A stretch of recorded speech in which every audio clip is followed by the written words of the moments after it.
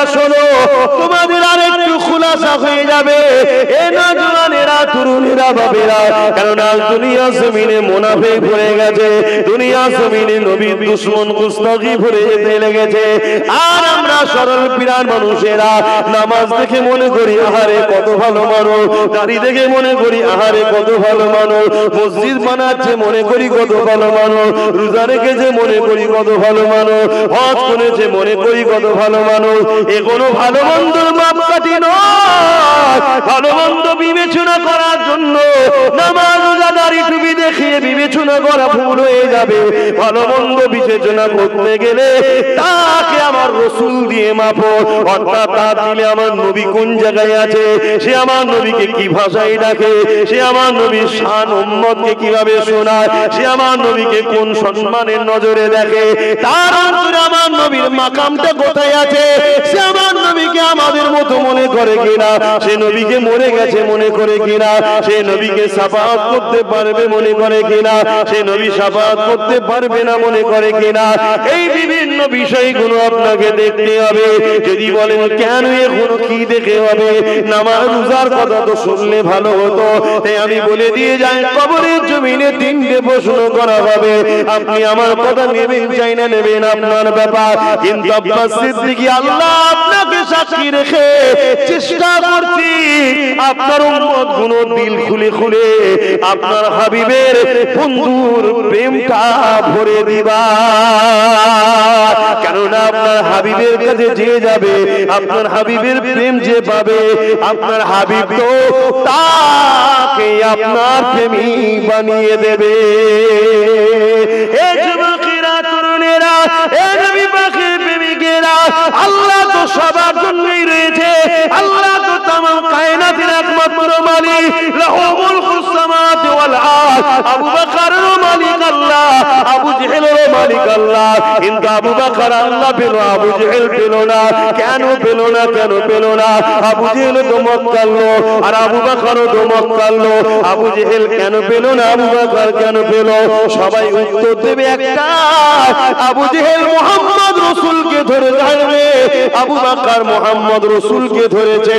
তাহলে মুহাম্মদ রাসূল যে ধরে সেই তো আল্লাহ পায়, যে মুহাম্মদ রাসূল ধরে না সে আল্লাহ পাবে না।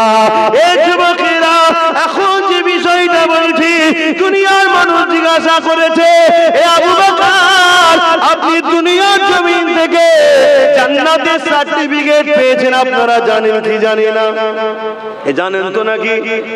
আশারে মুবাশশিরা আমার নবী সাহাবাদের মধ্যে থেকে 10 জন জান্নাতের সার্টিফিকেট পেয়েছে দুনিয়া থেকে, জানেন তো নাকি? তার মধ্যে নম্বর অনেকে আছে আবু বকর সিদ্দিক, জানেন তো?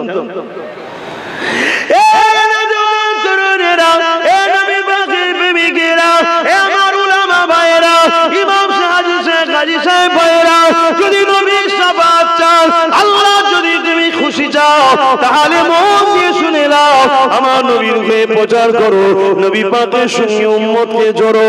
নবীর সঙ্গে উম্মত যদি জোড়ে, পৃথিবীর কোনো জালিম উম্মতকে মিটাতে পারবে না। আর নবীর থেকে দূরে যদি সরে যায়, সবাই যেমন আমাদেরকে বোকা বানাচ্ছে, আগামী দিন আরো বড় ক্ষতিগ্রস্ত হতে হবে।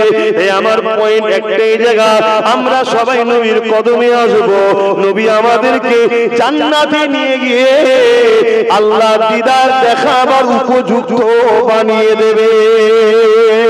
এই যুবকেরা, স্কুল তো আপনার গ্রামে আছে, উদাহরণ দিচ্ছি যাতে আম মানুষ আপনারা বুঝতে পারে।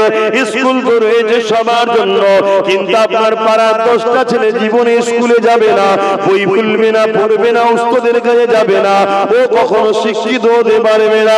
2জন ছেলে যদি স্কুলে যায়, উস্তাদের কাছে বসে, তবেই তো উস্তাদ তাকে দেবে। তাহলে আমাকে রাসূলকে আমাদের জন্য আল্লাহ জান্নাতে নিয়ে যাওয়ার জন্য শিক্ষক হিসাবে পাঠিয়েছে। তাই আমরা যদি নবীর কাছে না যাই, নবীকে যদি পিয়ার না করি, নবীর গুরুত্ব যদি না বুঝি, নবীকে সম্মান না করি, তাহলে আমাদের জান্নাত যাবার রাস্তাটা দেখাবে কে? এই যুবকেরা, আবু বকর সিদ্দিককে জিজ্ঞাসা করো, ও হযরত আবু বকর সিদ্দিক, আপনি তো নবীকে ইক্তেদা করে নামাজ পড়েছেন, আব্দুল্লাহ ইবনে উবাইও তো নামাজ পড়েছে, আপনি জান্নাতের সংবাদ পেয়েছেন, আব্দুল্লাহ ইবনে উবাই জাহান্নামের খবর পেয়েছে, আপনি তো নবীর সঙ্গে জিহাদ করতে গেছে, আব্দুল্লাহ ইবনে উবাই তো জিহাদ করতে গেছে, আপনি জান্নাতের সুসংবাদ পেয়েছে, আব্দুল্লাহ ইবনে উবাই তো জাহান্নামের সুসংবাদ পেয়েছে। ও হযরত আবু বকর সিদ্দিক, আপনি হজ করেছেন নবীর সাথে, আব্দুল্লাহ ইবনে উবাই নবীর সঙ্গে হজ করেছে, আপনি জান্নাতের সুসংবাদ পেলেন, আর আব্দুল্লাহ ইবনে উবাই জাহান্নামের সুসংবাদ পেল। আপনি নবী পাকের কদমে দান করেছেন, আব্দুল্লাহ ইবনে উবাইও দান করেছে। হে আবু বকর সিদ্দিক, আপনার পাগড়ি ছিল, আব্দুল্লাহ ইবনে উবাইরও পাগড়ি ছিল। হে আবু বকর সিদ্দিক, আপনার দাড়ি ছিল, আব্দুল্লাহ ইবনে উবাইরও দাড়ি ছিল। হে আবু বকর সিদ্দিক, আপনি যাকাত দিয়েছেন, আব্দুল্লাহ ইবনে উবাইও যাকাত দিয়েছে। হে আবু বকর সিদ্দিক, আপনি দান করেছে, আব্দুল্লাহ ইবনে উবাইও দান করেছে। আপনি দান করে নবীর পিছনে ইক্তেদা করে আবু বকর সিদ্দিক আপনি জান্নাতের সার্টিফিকেট পেলেন, আর ও সব টাকার পরও আব্দুল্লাহ ইবনে উবাই কেন জাহান্নামের সার্টিফিকেট পেল? এই যুবক মন দিয়ে শোনো, মন দিয়ে শোনো, কেন আজ দুনিয়া উঠে পড়ে লেগেছে। আজ যদি কোনো বেঈমান জালিম তোমার কাছে এসে দিনের মেসেজ দিত, তুমি হয়তো চট করে ধরে ফেলতে, কিন্তু বড় বড় জুব্বা লাগিয়ে, বড় বড় পাগড়ি লাগিয়ে, বড় বড় মাওলানা মুফতি পীর হাজী সাহেব দাবি করে আমাকে তোমাকে নবীর দুশমন বানাতে চাইছে। মনে রাখবেন, কেউ বলছে আমি মিশর পড়ে এসেছি, কেউ বলছে আমি স্কলার পেয়েছি, কেউ বলছে আমি ফার্স্ট ডিভিশন পেয়েছি, কেউ বলছে আমি বড় শায়েখ হয়েছি। নানা রকম ভাবে তোমাকে আমাকে বোকা বানিয়ে বেঈমান বানাতে চাইছে। কেননা বেঈমান যদি না হয়, তাহলে আবার যদি আমাদেরকে কেউ মারতে আসে, আবার বদর হবে। সংখ্যা কম থাকার পরও আল্লাহর ফেরেশতা নিয়ে আমরা আবার কামিয়াবি হয়ে যাব। আর যদি বেঈমান হয়ে যায়, হাজারো থাকার পরও কিন্তু কামিয়াবি যেমন হতে পারছি না, আগামীতেও পারবো না। আমাদের সংখ্যা কি কম নাকি? ইবলিসের টিম দুই ধরনের। এক ধরনের হলো যারা প্রকাশ্য, যাদেরকে আমরা চিনি, এই ছেলে মোবাইল হাত পকড়ো, যারা প্রকাশ্য আমরা চিনি, যারা আমাদের খোদা হওয়ার স্বপ্ন দেখে। যারা কি হওয়ার স্বপ্ন দেখে? খোদা। মানুষ ক্ষমতার জোরে খোদা হতে চায়। যেমন ফেরাউন ছিল, নমরুদ ছিল, সাদ্দাত ছিল, আবু জেহেল ছিল, উতবা ছিল, সাইবা ছিল, এজিদ ছিল, হতভাগা আকবর ছিল। আজকে এরকম আছে না? নাই। ক্ষমতার জোরে মানুষের খোদা হতে চাইছে। মানুষকে আমি যা বলবো তাই মানুষ শুনবে, আল্লাহ যা বলবে তা না, আমি যা বলবো। কথা মাথায় ঢুকছে না? ঢোকেনি? এরকম একদল লোক আছে যারা ইবলিসের এক হাত হয়ে কাজ করছে। কথা মাথায় ঢুকেছে? এরা ক্ষমতা জোরে মানুষকে সুদখোর বানাচ্ছে, ক্ষমতা জোরে মানুষকে যাত্রা, ফাংশন, গান, জিনা, ব্যভিচারী, আল্লাহর বিরুদ্ধে রাখার জন্য ফাংশন, যাত্রা, মেলার মতো, জুয়ার মতো জিনিস দিয়ে আমাদেরকে গরিব বানিয়ে, অভাবী বানিয়ে, ভিক্ষা দিয়ে আল্লাহ থেকে সরাবার প্ল্যান করছে। এই এক শ্রেণী আছে। এরপরও এই প্রকাশ্য দুশ্মন গুলো আমাদের কাছে হেরে যাচ্ছে। কেন? এক শ্রেণীর মুসলমান এমন আছে, এদেরকে এরা কিনতেও পারছে না আর জব্দ করতেও পারছে না। বললেন না আল্লাহু আকবার? আরো জোরে বললেন না আল্লাহু আকবার? আর তাদের সংখ্যাটা খুব কমই, তারপরও এরা কিন্তু তাদের সঙ্গে লড়াইতেও পারছে না। যাদেরকে কিনতে পারছে না, যাদের সঙ্গে লড়াই পারছে না, তাদের কি অস্ত্র অনেক রয়েছে? না নাই।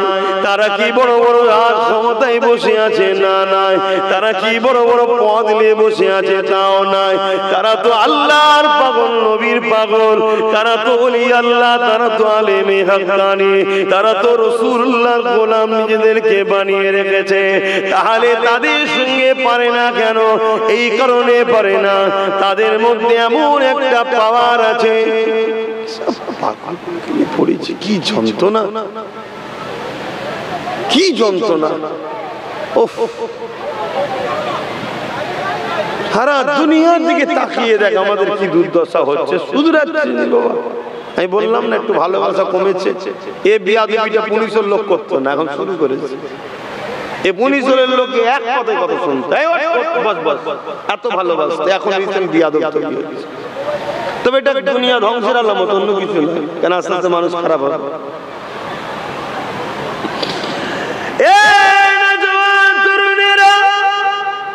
তারা দেখে নিয়েছে না থাকার পরও এদেরকে মিটানো যায় না, কারণ এদের কাছে এমন একটা পাওয়ার আছে, ওই পাওয়ারের কাছে দুনিয়ার পরমাণু শক্তিও জিরো হয়ে যায়, ওই পাওয়ারের কাছে পৃথিবীর বড় বড় সম্রাটরাও জিরো হয়ে যায়, ওই পাওয়ারের কাছে সমস্ত ক্ষমতা জিরো হয়ে যায়। ওই পাওয়ারটার নাম হলো নবী পাকের প্রেম ও আদব, যাকে বলা হয় ঈমান। আরো জোরে বলুন সুবহান। এই যুবকেরা, তরুণেরা, তার একটা ছোট উদাহরণ আপনাদের কাছে দিয়ে যায়। আপনারা সবাই জানেন হযরত খালিদ বিন ওলীদ বলে আমার নবী পাকের একজন সাহাবী ছিলেন। সেই নবীকে নবী বলে, আল্লাহকে আল্লাহ বলে, ঈমানের নূরে কালেমা পড়ে নিয়ে দিলে রাসূলকে রাখে, দিলে আল্লাহকে রাখে। ওই খালিদ বিন ওলীদ যখন কোন লড়াইয়ের ময়দানে যেত, সামনে বিশাল বিশাল বাহিনী থাকতো, সামনে লাখো লাখো সৈন্য থাকতো। খালিদ বিন ওলীদকে দেখে লাখো সৈন্যরা ঘাবড়ে যেত।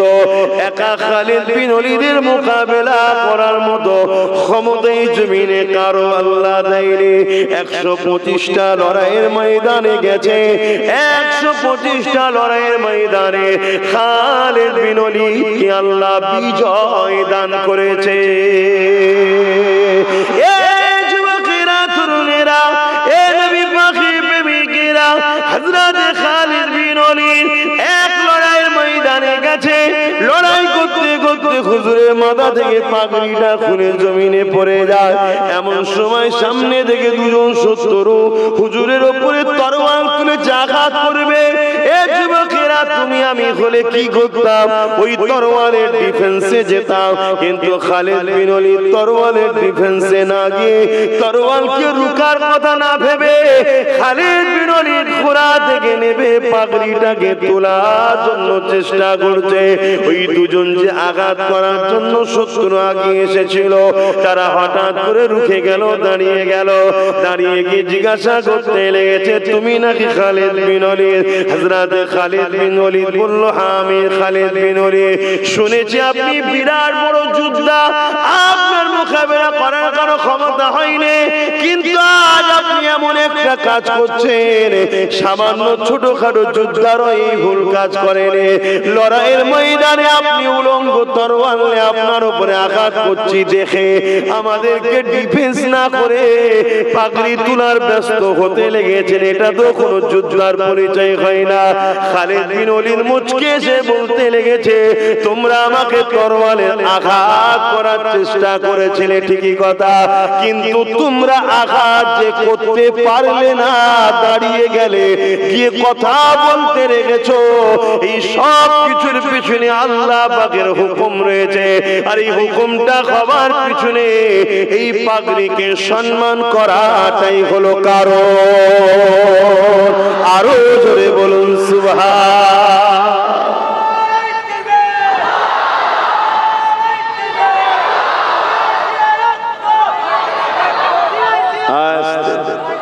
এখানে আমার স্লোগান দিতে হবে না, ও বাইরে ঠিক আছে।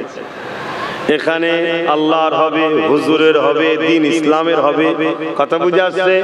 এবং জিনার ওসিলায় পূর্ব ভারতের মানুষ ইসলাম পেয়েছেন, দাদা হুজুরটাকে একটু দিতে হবে না। হয় একটু কেমন কেমন লাগে না? নেমো খারামি একটা প্রবাদ বাক্য আছে, সেই ধরনের হবে ভাই। তার ওসিলায় পেলাম কি বলছো যে নাই, বাকি আমার দিতে হবে না। বাবা আমি গোলাম হিসাবে গোলামি করছি, আল্লাহ কবুল করুক, জীবন ধন্য হয়ে যাবে। যদি কবুল না করে তো সব কিচ্ছু করার নেই। যুবকেরা, তরুণেরা, এই কথাটা আপনাকে কি বুঝাতে চাইছি? আমার নবীর সঙ্গে নিসবতকে জুড়ুন, আমার নবীকে প্যার করুন, আমার নবীকে মহব্বত করুন। আল্লাহ পাক আপনাকে ভালোবাসবে, মহব্বত করবে, যে কোনো বিপদে আল্লাহ আপনাকে সাহায্য করবে। আপনি যদি নবী পাকের হয়ে যান, আমার আল্লাহ পাক আপনার হয়ে যাবে। কোরআনে আল্লাহ ঠিক এমনটাই জানিয়েছে, কুল ইন কুনতুম তুহিব্বুনাল্লাহা ফাত্তাবিউনি ইউহিব্বুকুমুল্লাহ ওয়া ইয়াগফির লাকুম যুনুবাকুম আল্লাহু গফুরুর রহিম। বড় কাবলাম কুল তার মানে হলো হাবিব আপনি বলুন। আল্লাহ নবীকে বলতে বলছেন ইন কুনতুম তুহিব্বুনাল্লাহ, যারা বলে আল্লাহকে ভালোবাসি, এরা যদি সত্যবাদী হয়, ফাত্তাবিউনি, আগে যেন আপনার ইত্তেবা করে, অনুসরণ করে, মহব্বত করে। এখন কোন উলামা যদি ভাবেন এখানে মহব্বতের কথা নাই, এ আমার উলামা ভাই বড় দুঃখ লাগে। আপনি কি আমার রাসূলের পক্ষে নয়? আপনি কি কোরআনের এই অংশটা বুঝতে পারছেন না? কেননা মহব্বত ছাড়া নবীকে তো অনুসরণ আজও দুনিয়ার আমেরিকা করছে। নবীকে আমেরিকা আজকের দিনও অনুসরণ করছে মহব্বত ছাড়া। যদি বলেন কি করে? আমেরিকা যেদিন থেকে ওয়াশিংটন রাজনীতি সিস্টেম শুরু করেছে, সেই দিন থেকে তারা ঠিক করে নিয়েছে আমেরিকার মসনদে কোনো মহিলা প্রেসিডেন্ট করব না। কেন করব না? মুহাম্মদ রাসূল বলেছে মহিলা যদি নেতৃত্ব দেয় ধ্বংসের কারণ হতে হবে। তাই এবছরও প্রমাণ করে দিল যে আমরা মহিলাকে প্রেসিডেন্ট করব না। তারা মহিলার হয়ে অনেক আওয়াজ তোলে, মহিলাদের অধিকার চাই বলে, মহিলাদের স্বাধীনতা চাই বলে, মহিলাদের ঘরে সামনে রেখে অনেক কিছু রুটি শাঁখার ধান্দা করে। কিন্তু মনে রাখবেন নবী পাকের ওই কথাটাকে তারা মান্যতা দেয় যে মহিলাদেরকে ক্ষমতার আসনে বসালে ধ্বংস অনিবার্য। আজও তারা ফলো করছে। কথা মাথায় ঢুকছে না? ঢুকে না কেন? আল্লাহ তাদেরকে মায়ের জাত করেছে। মাকে মায়ের জায়গায় রাখো, পুরুষকে পুরুষের জায়গায় রাখো, বাপকে বাপের জায়গায়, গার্জেনকে গার্জেনের জায়গায়, মাকে মায়ের জায়গায় রাখো। তাদের দিলে যে মায়া মমতা আছে, ওই মায়া মমতায় দুষ্কৃতীরা, সমাজ বিরোধীরা পুরো দেশকে তছনছ করে দেবে। মায়ের দিল তাদের বিচার করতে পারবে না। কথা বুঝছেন না? বোঝেন না? তাই এজন্য যেমন নরম হতে লাগে, কঠোর হতে লাগে, ওটা পুরুষদের মধ্যে আছে। পুরুষ নরমের জায়গায় নরম হতে পারে, কঠোরের জায়গায় কঠোর হতে পারে, কিন্তু মায়ের দিল কড়া হতে পারে না। কথা মাথায় ঢুকছে না? ঢোকে না? তো যাই হোক, আমার বলার উদ্দেশ্য আমেরিকা তাহলে রাসূলকে ফলো করছে না, করে না? ওয়াশিংটন বলেছিল যে আমেরিকা ততদিন থাকবে ঠিকভাবে যতদিন মুহাম্মদ রাসূলের এই কথার উপরে চলবে যে মাথায় আমাদের পুরুষকে বসাতে হবে। অর্থাৎ দেশের যে মানচিত্রের মেন যে থাকবে প্রেসিডেন্ট, সে যেন পুরুষ হয়। এবছরে সবাই জানে একজন নারী হবে। আমরা জানতাম যদি নারী হয় তাহলে আমেরিকা ধ্বংস হবে, ভালোই হবে। কিন্তু দেখেছেন কত হিকমতের সঙ্গে কাজ করে নিল, ঠিক পুরুষকেই করে দিল না। কি বুঝলেন? আমি একটা বুঝাবার জন্য কথাটাকে টানলাম। আপনাদের অসুবিধা হচ্ছে? একটু অসুবিধা হচ্ছে, তাই না? কেন আমরা বোকার মতো কাজ করে বসে আছি তো?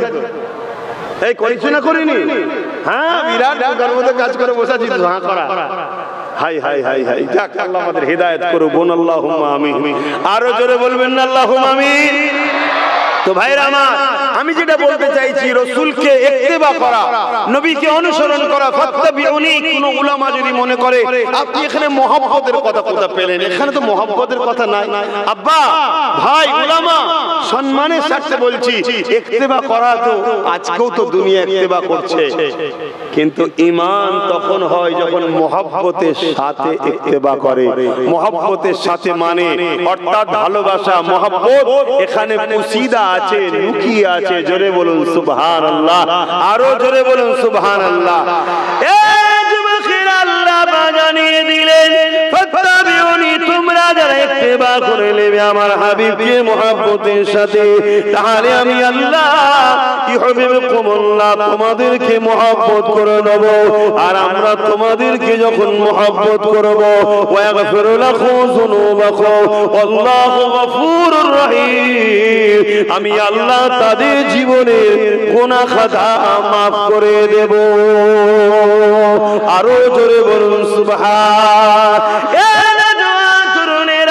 তাই আমি আপনাদেরকে বললাম, আল্লাহ নবীর হয়ে যায়, নবী পাককে মহব্বত করেন, নবী পাককে প্রিয় করেন, নবী পাকের গোলামি করেন, নবী পাককে ফলো করেন, যে নবীর হয়ে যাবে আমার আল্লাহ তার হয়ে যাবে, আমার আল্লাহ যার হয়ে যাবে तमाम মখলুকাতকে আল্লাহ তার বানিয়ে দেবে। তাই বলে দিয়ে যায় দুনিয়া জমিনে একদল দুশমন তো চিল্লায় যারা কিনা আমাদেরকে আল্লাহ থেকে সরাতে চাইছে। এ যুবকেরা ইবলিস আর একদল দুশমন ছেড়েছে যাদের লক্ষ্য হলো মাথায় টুপি দিয়ে মুখে দাড়ি রেখে বড় জুব্বা লাগিয়ে পাগড়ি পরিয়ে এক কথায় হুবাহু মুসলমান সাজিয়ে আলেম সাজে পীর সেজে পীরজাদা মুফতি মাওলানা সেজে ইমাম সেজে আমাদের সমাজে ছেড়ে দিয়েছে। তারা ঘুরিয়ে ফিরিয়ে আমাদেরকে আমার নবীর শান মর্যাদাকে খাটো করার চেষ্টা করবে। এই যুবকেরা তারা ওলি আউলিয়াদের বিরোধী আমাদেরকে বানাবার চেষ্টা করবে, কেননা এগুলো করাতে পারলে আমাদের ঈমানটা চলে যাবে। ঈমান যদি চলে যায় নামাজ পড়ো বেকার হয়ে যাবে, ঈমান যদি চলে যায় রোজা রেখো বেকার হয়ে যাবে, ঈমান যদি চলে যায় হজ করো বেকার হয়ে যাবে। এই কথা কি আপনারা একমত হতে পারছেন না পারলেন না? মাইকে আওয়াজ বুঝতে পারছেন তো? কারা কারা একমত যে ঈমান ছাড়া নামাজ বেকার? হাত তুলে দেখান। ঈমান ছাড়া রোজা বেকার, ঈমান ছাড়া কোরআন তেলাওয়াত করা বেকার, একমত তো নাকি? হাত নামান। ঈমানটা তাহলে কি? আল্লাহ নবীর মুহাব্বত ও আদো। তাহলে দুটো দুশ্মন বুঝতে পারলাম। একটা দুশ্মন আমাদেরকে গায়ের জোর দিয়ে হোক, গান বাজনা লোভ লালসা ভিক্ষা দিয়ে হোক আমাদেরকে আল্লাহ রাসূল থেকে সরাচ্ছে। আর একটা দুশ্মনকে মাথায় টুপি মুখে দাঁড়িয়ে হুজুর মৌলী সাহেব বক্তা সাহেব সেজে তাদের কাজ আমাদের দিল থেকে হুজুরের আদব ও মহব্বত কমাতে। বলবেন না আমার অজে অসুবিধা হচ্ছে, কমাতে চাইছে। তাহলে আপনারা আমার দাদা হুজুরের রুহানি বাচ্চা তো নাকি, নাতি পুতা তো নাকি? তাহলে আমি বুঝাবো না বাবা যে ফেসবুক বক্তা লিস না, ইউটিউব বক্তা লিস না, আর ফেসবুকে কোরআন হাদিস দেখে হই হই করিস না। কেন ফেসবুক গুগল সব ইহুদি খ্রিস্টানদের নেতৃত্বে চলে। কথা মাথায় ঢুকছে না ঢোকে না? কোরআনের আরবি ইবারত ঠিক রাখবে আর মানেটা ভুল করে দেবে। তুমি আম মানুষ বলেই তো কোরআন তো না, মানেটা তো অন্যজনের মন গড়া ঢুকিয়ে দিয়েছে, তুমি বুঝতে পারবে তা ধ্বংস হবে না? হবে না? তা তুমি যদি আমার বাপের ছেলে হও অর্থাৎ দাদা হুজুরের রুহানি বাচ্চা হও, আমি কি আপনার ঈমান বাঁচাবার জন্য কথা বলবো না? বলবো না। কেন আমি এতটুকু জানি, একটা লোক যদি পৃথিবী পরিমাণও গুনাহ নিয়ে কবরে যায়, তার মধ্যে যদি ঈমান থাকে ও একদিন গুনাহ করার জন্য শাস্তি খেটে খেটে জেল খেটে খেটে বুঝাবার জন্য বলছি, জাহান্নাম খেটে খেটে ঈমান থাকার জন্য জান্নাত যাবে। জোরে বলুন সুবহানাল্লাহ।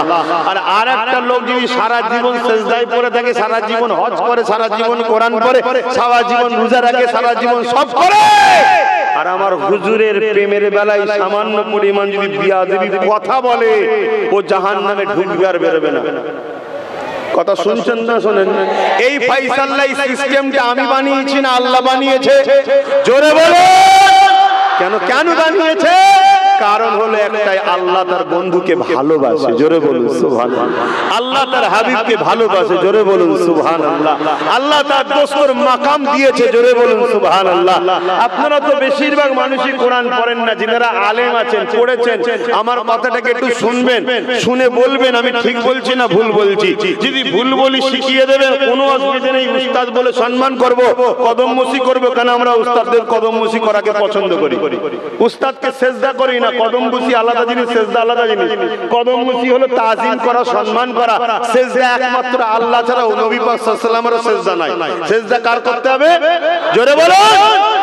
আল্লাহর। তাজিমি সেজদা, আরো অনেক রকম সেজদা অন্যান্য নবীর উম্মতদের জন্য ছিল।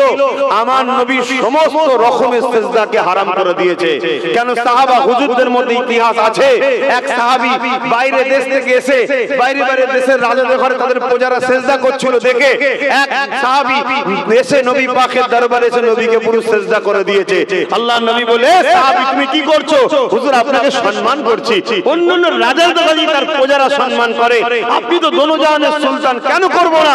আল্লাহর নবী বলেন খবরদার, আমি মুহাম্মদ রাসূল আমার উম্মতের জন্য সমস্ত রকম সিজদাকে হারাম করে দিলাম। সিজদা একমাত্র হবে আল্লাহর। জোরে বলুন সুবহানাল্লাহ, আরো জোরে বলুন সুবহানাল্লাহ। আল্লাহ ছাড়া এই কারো জন্য নত হবে না। হ্যাঁ, কিন্তু কদম বুঝতে শিখিয়েছে কি? তাজিমে আপনার মা, আপনার আব্বা, আপনার মুর্শিদ, আপনার শেখ, আপনার আলিম উস্তাদ তিনি উঁচু জায়গায় বসে আছে, মাথা হ্যাট হবে না, আপনি তার ঠোঁটে কদমে ঠোঁট দিয়ে চুমু দিলেন সম্মানের জন্য, এটা জায়েজ আছে। কিন্তু এটা নয়। কথা মাথায় ঢুকছে? কিন্তু আমার মুজাদ্দিদ জামান বলে, বাবা তোরা আম মানুষ, শেষকালে চুমু খেতে গিয়ে কপাল ঠেকিয়ে ফেলবি, বিপদ হয়ে যাবে। এক কাজ কর, কদমে হাত দে, কদমে হাত দে, ওই হাতে চুমা দে, কদমে হাত দে, ওই হাতে চুমা দে। পীর উস্তাদ মা বাপের সম্মান করা হয়ে যাবে। জোরে বলুন সুবহানাল্লাহ। বুজুর্গদের সম্মান করতে হয়, কিন্তু ওই সম্মান নয় যেটা আমার আল্লাহর জন্য প্রযোজ্য। আল্লাহ ছাড়া দ্বিতীয় কারো হবে না। তো যাক, আমি যেটা বলতে যাচ্ছিলাম সেটা হচ্ছে কি, যারা উলামা হযরতরা আছেন তিনারা একটু খেয়াল করে শুনবেন, আর আপনারাও শুনে রাখুন। হয়তো আপনারা গভীরে ঢুকতে পারবেন না, কিন্তু জেনে রাখা দরকার। আব্বাস সিদ্দিক আজকে কি বলছে শুনুন। কেন বিশ্ব জুড়ে আমাদেরকে হাজারো বার চেষ্টা করেছে মেরে দিবার, হাজারো বার চেষ্টা করেছে মিটিয়ে দিবার। আপনি নিশ্চয়ই জানেন চেঙ্গিস খান বলে এক জালিম ছিল, সে বড় চেষ্টা করেছিল, সে মিটে গেছে। আমরা 250 কোটি এখনো আছি। জোরে বলুন সুবহানাল্লাহ।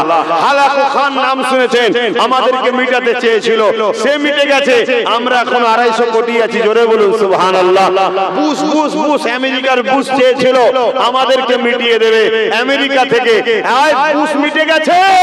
বুশের কন্যা কোরআনের হাফেজ হয়ে আমাদের দিকে বেড়েছে। জোরে বলুন সুবহানাল্লাহ। আরো চিৎকার বলুন সুবহানাল্লাহ। নারে তাকবীর, নারে তাকবীর। কুরআন ও সুন্নাহ, কুরআন ও সুন্নাহ, নারে তাকবীর। আপনারা আমার সাথে বলবেন, আমি বলবো লাব্বাইক, আপনারা বলবেন ইয়া রাসূলুল্লাহ। বলতে অসুবিধা আছে? ইয়া রাসূলুল্লাহ বললে ঈমান চলে যাবে? শুনেন, সাহাবারা বলেছে, আর কোন ফতোয়া লাগবে? সাহাবারা বলেছে ইয়া রাসূলুল্লাহ। জোরে বলুন সুবহানাল্লাহ। হাত তুলে বলবেন লাব্বাইক, লাব্বাইক, লাব্বাইক, লাব্বাইক সাল্লাল্লাহু আলাইহি ওয়াসাল্লাম। কেন আমার নবীর নাম ধরার পরে দরুদ পড়তে হয়। জোরে বলুন সুবহানাল্লাহ। হ্যাঁ, আমি যে কথা বলছিলাম, দুনিয়া চাইছে আমাদের দিল থেকে ঈমানকে বার করে নাও। কারণ হাজারো চেষ্টা করেছি মিটাবার, মিটাতে পারিনি। এক মুঈনুদ্দিন আজমিরি হিন্দুস্তানে এসে 90 লক্ষ দুশমনকে নবীর প্রেমিক বানিয়ে দিয়েছে। জোরে বলুন সুবহানাল্লাহ। সেই 90 লক্ষ থেকে আজকে 90 কোটির কাছাকাছি হতে যাচ্ছে। জোরে বলুন সুবহানাল্লাহ। তখন হিন্দুস্তান অনেক বড় ছিল বাবা, এখন ছোট করে দিয়েছে, সেটা পরের বিষয়। রাজনীতির দিকে আমি যাচ্ছি না, কারণ এটা ধর্ম সভা, ধর্মের দিকে আলোচনা করছি। তো ভাইরা আমার, 90 লাখ থেকে আজকে 90 কোটির দিকে চলে গেছে। সব খাজা গরিবে নামাজের ওসিলায় আল্লাহ করিয়েছে। জোরে বলুন সুবহানাল্লাহ। কোরআনে আল্লাহ দুই ভাবে মানুষকে ডেকেছে। কয় ভাবে? দুই ভাবে। ইয়া আইয়ুহাল্লাযীনা আমানু আর ইয়া আইয়ুহান নাস। আছে না নাই? একটু বলেন না, উলামারা আছে না নাই? ইয়া আইয়ুহাল্লাযীনা আমানু মামানা, হে ঈমানদারেরা। অর্থাৎ যখন ঈমানদারকে ডাকে তখন আল্লাহ কি বলে ডেকেছে? ইয়া আইয়ুহাল্লাযীনা আমানু, যারা ঈমান এনেছো। আলহামদুলিল্লাহ, আমরা ঈমানদার তো নাকি? যুগে যুগে যত ঈমানদার আসছে তাদের বিষয়ে আল্লাহ যখন কোনো মেসেজ দিচ্ছে, সেই মেসেজটা কি? হে ঈমানদারেরা শোনো, আমি আল্লাহ এই বলছি। সারাংশ কি বলছি পড়ে যাচ্ছি। আরেকটা কথা আল্লাহ বলেছে আইয়ুহান নাস। নাস মানে মানুষ। মানুষের মধ্যে মুসলমান আছে, ঈমানদার আছে, অমুসলিম আছে, সর্বধর্মের মানুষ, মানুষ, মানুষ, মানুষ। তাহলে আল্লাহ দুই ধরনের ভাবে ডেকেছে, ইয়া আইয়ুহাল্লাযীনা আমানু আর ইয়া আইয়ুহান নাস। শুনছেন? কেন এই কথা বুঝাচ্ছি? সব খেটে খায়, বিভিন্ন রাজ্যে যে খেটে খায়, তাই তো নাকি? আর আজকে যা রাজ্য রাজ্যে ঝগড়া হচ্ছে, অন্য রাজ্যে যেও কাজ করতে পারবেন না। রাজ্য রাজ্যে ঝগড়া হচ্ছে। এখান থেকে বলছে বাঙালির রাজ চলবে, ও ওখান থেকে বলছে উড়িয়ার রাজ চলবে, ও ওখান থেকে বলছে বিহারির রাজ চলবে। জাতরিকা, দেশটা তো সবার রে বাবা। কি এসব প্ল্যান চলছে? সব গরিব মারার প্ল্যান। তুই মানো চাই না মানো, এতটুকু বলে দিলাম, গরিব মারার প্ল্যান। তো যাক, আমি অন্যদিকে চলে যাচ্ছি আবার। তাহলে ইয়া আইয়ুহাল্লাযীনা আমানু, হে ঈমানদারেরা, আর ইয়া আইয়ুহান নাস, হে মানুষেরা। যখন হে মানুষেরা বলেছে আল্লাহ তার একত্ববাদের নিয়ে খোলাসা করে আলোচনা করেছে। জোরে বলুন সুবহানাল্লাহ। আর যখন বলেছি আইয়ুহাল্লাযীনা আমানু, হে ঈমানদারেরা, তখন আল্লাহ তার নবী শান, মর্যাদা, আজমত, মাকামের কথা শোনাচ্ছে। জোরে বলুন সুবহানাল্লাহ। তাহলে কি বুঝলেন? মসজিদে আলোচনা হবে, ওখানে ইয়া আইয়ুহান নাস আছে না, ইয়া আইয়ুহাল্লাযীনা আমানু আছে মসজিদে? কি বলেন, মসজিদে কারা থাকে? নাস থাকে না আমানু আছে? স্পেশাল, তারাও মানুষ জানে, কিন্তু ঈমানদার। তাহলে ওখানে কি আলোচনা হওয়া দরকার বলবেন তো? আল্লাহর স্টাইল হলো, আল্লাহ চায় ঈমানদারের কাছে আমার নবীর আলোচনা বেশি হোক। জোরে বলুন সুবহানাল্লাহ, আরো জোরে বলুন সুবহানাল্লাহ। তাহলে 4 জুম্মা নামাজ 1 মাস, তাহলে ইমামের উচিত কি 3 বার, 3 শুক্রবার নবীর আলোচনা করা দরকার। কেন? আল্লাহ ইয়া আইয়ুহাল্লাযীনা আমানু যেখানে যেখানে বলেছে বেশিরভাগ নবীর আলোচনা করেছে। জোরে বলুন সুবহানাল্লাহ। তাহলে কোরআন যদি প্রকৃত মানা হয়, তাহলে আমাদেরও উচিত হবে মসজিদে 4 শুক্রবারে 1 মাস, 3 শুক্রবার নবী চিনাও মুসল্লিদের ঘরে, নবী চিনাও উম্মতকে, নবীর মাকাম শোনাও উম্মতকে। তাহলে আল্লাহর কোরআনের উপরে প্রকৃত আমল করা হবে। জোরে বলুন সুবহানাল্লাহ। বাকি 1 জুম্মা পাক নাপাক নামাজের মাসলা মাসাইলের আলোচনা দরকার আছে না নাই? এভাবে 12 মাস আসছে, 12 মাস আসছে, 12 মাসের মধ্যে 52টা শুক্রবার পড়ছে। 52 শুক্রবারের মধ্যে তুমি 30টা শুক্রবার নবী চিনাও উম্মতকে, নবী চিনাও মুসল্লিকে, নবীর বিষয়ে আলোচনা শোনাও। বাকি 22টা তুমি পাক পবিত্র নামাজ রোজা শিখাও না, কিন্তু তোমাকে বেশি শিখাতে হবে কার বিষয়টা? কথা বলছো না তো? কিন্তু আজকে নবীর আলোচনা কমছে না কমে না? কেন কমছে? এটাই কারণ, আমাদের দিল থেকে নবীর আদব মহব্বত বার করে দাও। আর বেরিয়ে গেলে কি হবে? আমরা সংখ্যায় থাকবো 200 কোটি, 300 কোটি, 400 কোটি, তথাপিও কামিয়াবি হতে পারবো না। কেন? কামিয়াবি হতে গেলে সংখ্যা লাগে না, কামিয়াবি হতে গেলে অস্ত্র বোম বন্দুক লাগে না। ইসলামের ইতিহাস বলছে কামিয়াবি যতবার হয়েছি ঈমান দ্বারা হয়েছি। জোরে বলুন সুবহানাল্লাহ। মাথায় ঢুকছে? ঢুকছে তো নাকি? তাই এখানে যারা বসে আছে, এটা আমানুর মধ্যে পড়ছে না নাসের মধ্যে পড়ছে? এই ছেলেরা বুঝতে পারছে না, ঈমানদারের মধ্যে পড়ছে না, সবাই রয়েছে। এই জোরে বলেন, এখানে তো আল্লাহ কারে সব ঈমানদার তো নাকি? তাহলে এখানেও আলোচনা বেশি বেশি করা দরকার। বলেন বলেন বলেন।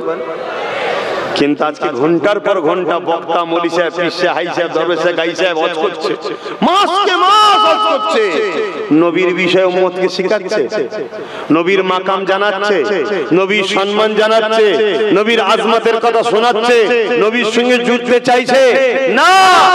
হ্যাঁ, নামাজের আলোচনা 100 বার করুন, রোজার আলোচনা 100 বার করুন, হজের আলোচনা 100 বার করুন, কিন্তু মনে রাখবেন 50-50 নয়, 70-40 করুন, 60-40 করুন।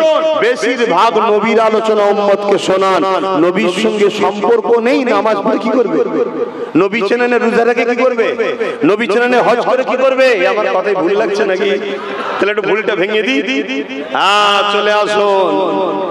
আল্লাহ নবীর মদিনা নববী শরীফে সবাই নামাজ পড়তে যাচ্ছে। তাদের মধ্যে থেকে 2 জন নামাজির নাম বলবো। একজন নামাজির নাম আবু বকর সিদ্দিক, চেনেন না? চেনেন না? আর একজন নামাজির নাম হলো আব্দুল্লাহ ইবনে উবাই, চেনেন না? চেনেন না? কে ছিল বেটা? আব্দুল্লাহ ইবনে উবাইটা কে? রাইসুল মুনাফিক। কে বলবেন তো?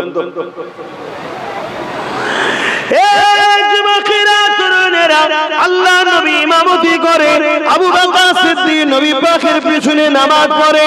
আল্লাহ নবী ইমামতি করে, রাইসুল মুনাফিক আব্দুল্লাহ ইবনে উবাই নবী পাকের পিছনে ইক্তেদা করে। আল্লাহ নবী জিহাদের ময়দানে যায়, আবু বকর সিদ্দিক নবীর সঙ্গে যায়। মন দিয়ে শুনে নাও যুবক, খানাখাটনি করে গরিবী সংসার জীবন যাপন করছো, আহারে কিছু যদি নাও যেতে পারো, ঈমানটা বাঁচাও, ঈমানটা তো কমসে কম নিয়ে যাও। কেননা ঈমান যদি নিয়ে যেতে পারো আযাব খেটে খেটে খেটে একদিন না একদিন রেহাই পাবে। আর যদি তুমি ঈমানের সাথে আমল করে যেতে পারো আল্লাহ তো তোমাকে কোনোদিন জাহান্নামে দেবে না, বেহিসাব জান্নাতি বানিয়ে দেবে। বাবেরা, এই যে গাছ দেখছো এই গাছের অনেকগুলো ডাল রয়েছে, এই গাছে অনেক পাতা রয়েছে, এই গাছে ফল মূল ধরে। আবার এই গাছের একটা জিনিস রয়েছে যেটা মাটির নিচে রয়েছে, ওটাকে কি বলা হয়? আমি একটা জিনিস শিখাতে চাইছি, তোমরা কি নিতে চাইছো?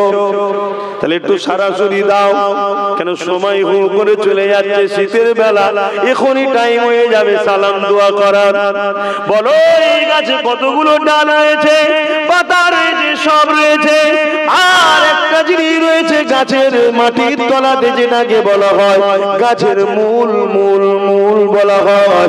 বাবারা শুনে রেখে দেন, জেনে রেখে দেন, কেউ যদি এখন এই গাছের ডালগুলোকে কেটে দেয় এই গাছটা কি মরে যাবে? কিন্তু বেমানান হবে, দুর্বল হবে, মানুষও ছায়াতেও বুঝতে পারবে না, কেন ছায়া নেই, মানে কোনো কাজের নয়, তাই তো নাকি? কিন্তু মরে যাবে। কেন মরে না?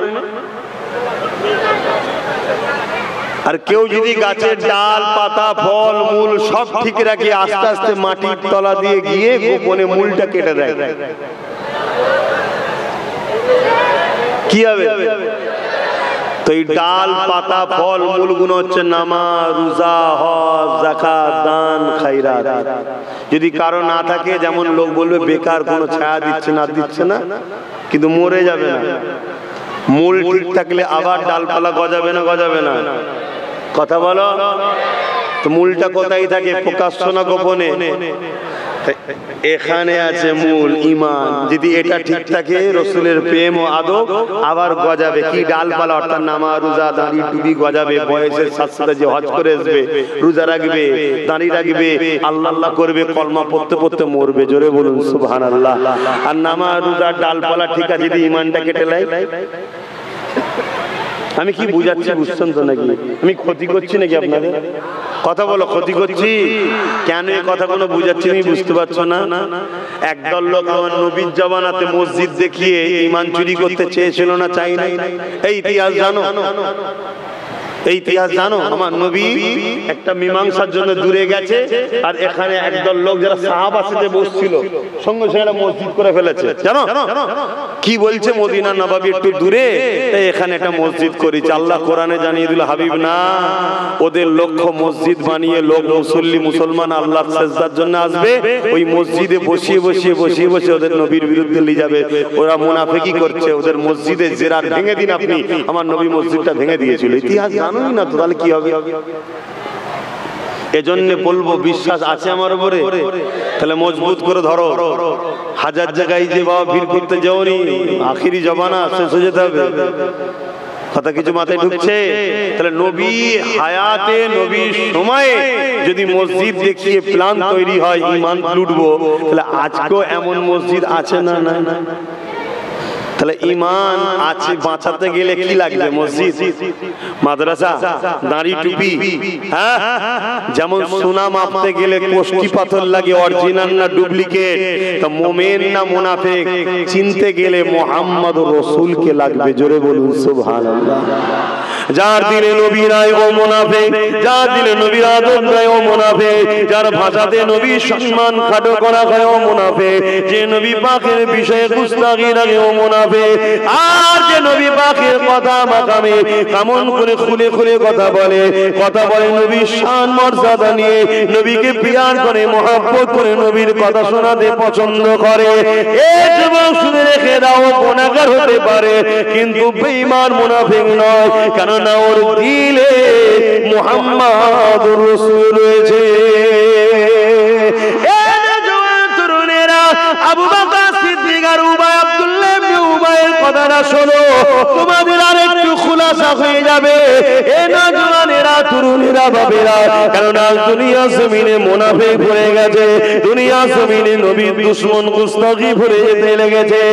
আর আমরা সরল পিরান মানুষেরা নামাজ দেখে মনে করি আহারে কত ভালো মানুষ, দাড়ি দেখে মনে করি আহারে কত ভালো মানুষ, মসজিদ বানাচ্ছে মনে করি কত ভালো মানুষ, রোজা রেখেছে মনে করি কত ভালো মানুষ, হজ করেছে মনে করি কত ভালো মানুষ। এ কোনো ভালো মন্দর মাপকাঠি নয়। ভালো মন্দ বিবেচনা করার জন্য নামাজ রোজা দাড়ি টুপি দেখিয়ে বিবেচনা করা ভুল হয়ে যাবে। ভালো মন্দ বিবেচনা করতে গেলে তাকে আমার রসুল দিয়ে মাপো, অর্থাৎ তার দিলে আমার নবী কোন জায়গায় আছে, সে আমার নবীকে কি ভাষায় ডাকে, সে আমার নবীর শান উম্মতকে কিভাবে শোনায়, সে আমার নবীকে কোন সম্মানের নজরে দেখে, তার অন্তরে আমার নবীর মাকামটা কোথায় আছে, সে আমার নবীকে আমাদের মতো মনে করে কিনা, সে নবীকে মরে গেছে মনে করে কিনা, সে নবীকে শাফাআত করতে পারবে মনে করে কিনা, সে নবী শাফাআত করতে পারবে না মনে করে কিনা। এই বিভিন্ন বিষয়গুলো আপনাকে দেখতে হবে। যদি বলেন কেন এখন কি দেখে হবে, নামাজ রোজার কথা তো শুনলে ভালো হতো। তাই আমি বলে দিয়ে যাই, কবরের জমিনে তিনটে প্রশ্ন করা হবে। আপনি আমার কথা নেবেন চাই না নেবেন আপনার ব্যাপার, কিন্তু আব্বাস সিদ্দিকী আল্লাহ আপনাকে সাক্ষী রেখে চেষ্টা করছি আপনার উম্মত গুলো দিল খুলে খুলে আপনার হাবিবের বন্ধুর প্রেমটা ভরে দিবা। কেননা আপনার হাবিবের কাছে যে যাবে, আপনার হাবিবের প্রেম যে পাবে, আপনার হাবিব তো তাকে আপনার প্রেমী বানিয়ে দেবে।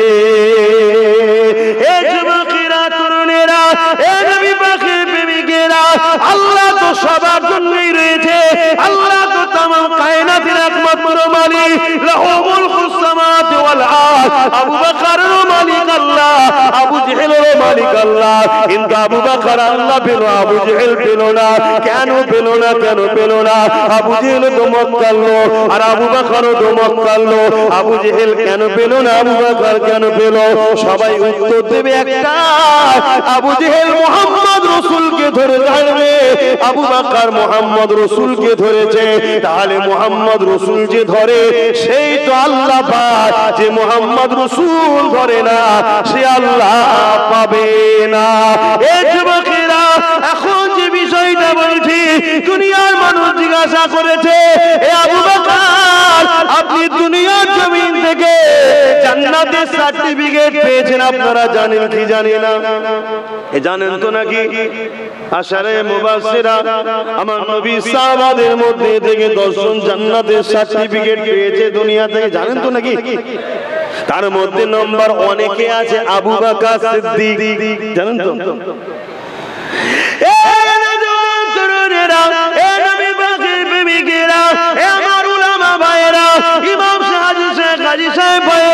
যদি নবীর শাফাআত চাও, আল্লাহ যদি তুমি খুশি চাও, তাহলে মন দিয়ে শুনে নাও, আমার নবীর হয়ে প্রচার করো, নবী পাকের সঙ্গে উম্মতকে জোড়ো। নবীর সঙ্গে উম্মত যদি জোড়ে, পৃথিবীর কোনো জালিম উম্মতকে মিটাতে পারবে না। আর নবীর থেকে দূরে যদি সরে যায়, সবাই যেমন আমাদেরকে বোকা বানাচ্ছে, আগামী দিন আরো বড় ক্ষতিগ্রস্ত হতে হবে। এই আমার পয়েন্ট একটাই জায়গা, আমরা সবাই নবীর কদমে আসবো, নবী আমাদেরকে জান্নাতে নিয়ে গিয়ে আল্লাহ দিদার দেখাবার উপযুক্ত বানিয়ে দেবে। এই যুবকেরা, স্কুল তো আপনার গ্রামে আছে, উদাহরণ দিচ্ছি যাতে আম মানুষ আপনারা বুঝতে পারে। স্কুল তো রয়েছে সবার জন্য, কিন্তু আপনার পাড়ার 10টা ছেলে জীবনে স্কুলে যাবে না, বই খুলবে না, পড়বে না, উস্তাদের কাছে যাবে না, ও কখনো শিক্ষিত হতে পারবে না। 2 জন ছেলে যদি স্কুলে যায়, উস্তাদের কাছে বসে, তবেই তো উস্তাদ তাকে দেবে। তাহলে আমাকে রাসূলকে আমাদের জন্য আল্লাহ জান্নাতে নিয়ে যাওয়ার জন্য শিক্ষক হিসাবে পাঠিয়েছে। তাই আমরা যদি নবীর কাছে না যাই, নবীকে যদি পিয়ার না করি, নবীর গুরুত্ব যদি না বুঝি, নবীকে সম্মান না করি, তাহলে আমাদের জান্নাত যাবার রাস্তাটা দেখাবে কে? এই যুবকেরা, আবু বকর সিদ্দিককে জিজ্ঞাসা করো, ও হযরত আবু বকর সিদ্দিক, আপনি তো নবীকে ইক্তেদা করে নামাজ পড়েছেন, আব্দুল্লাহ ইবনে উবাইও তো নামাজ পড়েছে, আপনি জান্নাতের সুসংবাদ পেয়েছেন, আব্দুল্লাহ ইবনে উবাই জাহান্নামের খবর পেয়েছে। আপনি তো নবীর সঙ্গে জিহাদ করতে গেছে, আব্দুল্লাহ ইবনে উবাই তো জিহাদ করতে গেছে। আপনি জান্নাতের সুসংবাদ পেয়েছে, আব্দুল্লাহ ইবনে উবাই তো জাহান্নামের সুসংবাদ পেয়েছে। ও হযরত আবু বকর সিদ্দিক, আপনি হজ করেছেন নবীর সাথে, আব্দুল্লাহ ইবনে উবাই নবীর সঙ্গে হজ করেছে। আপনি জান্নাতের সুসংবাদ পেলেন, আর আব্দুল্লাহ ইবনে উবাই জাহান্নামের সুসংবাদ পেল। আপনি নবী পাকের কদমে দান করেছেন, আব্দুল্লাহ ইবনে উবাইও দান করেছে। হে আবু বকর সিদ্দিক, আপনার পাগড়ি ছিল, আব্দুল্লাহ ইবনে উবাইরও পাগড়ি ছিল। হে আবু বকর সিদ্দিক, আপনার দাড়ি ছিল, আব্দুল্লাহ ইবনে উবাইরও দাড়ি ছিল। হে আবু বকর সিদ্দিক, আপনি যাকাত দিয়েছেন, আব্দুল্লাহ ইবনে উবাইও যাকাত দিয়েছে।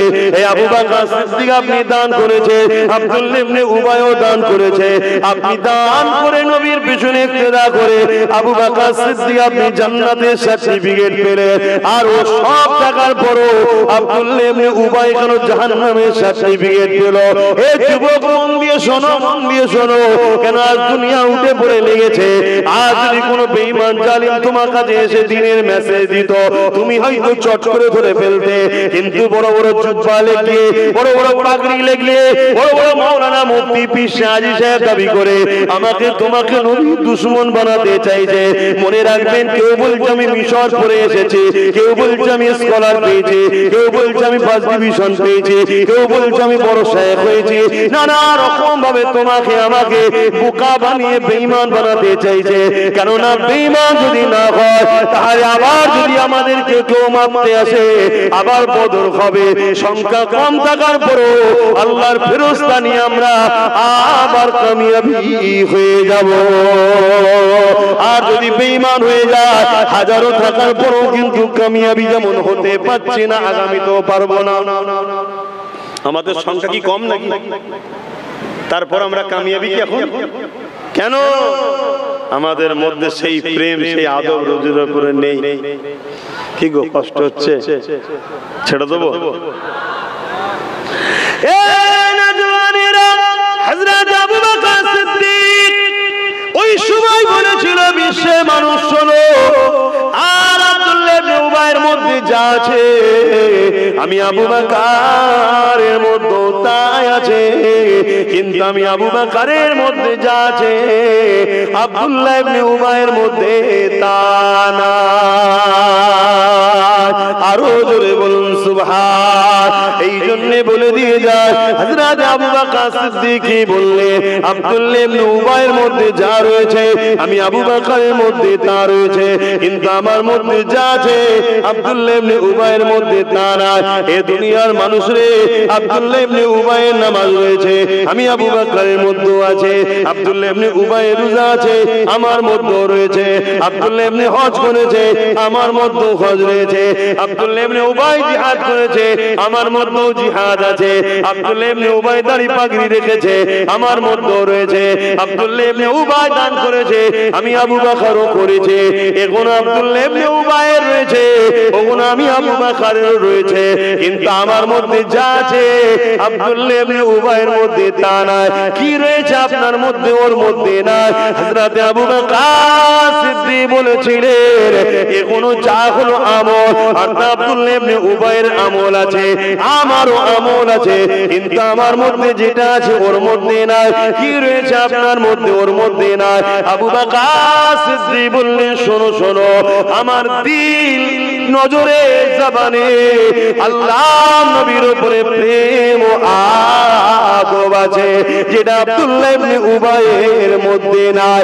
এই জন্য ও সব থাকার পরও জাহান্নামী, আর আমি এই প্রেম আদব থাকার পরে জান্নাতি। আরো জোরে বলুন সুবহান।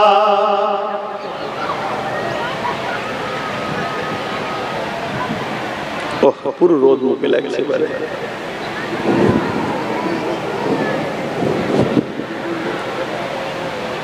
হায় হায় হায়।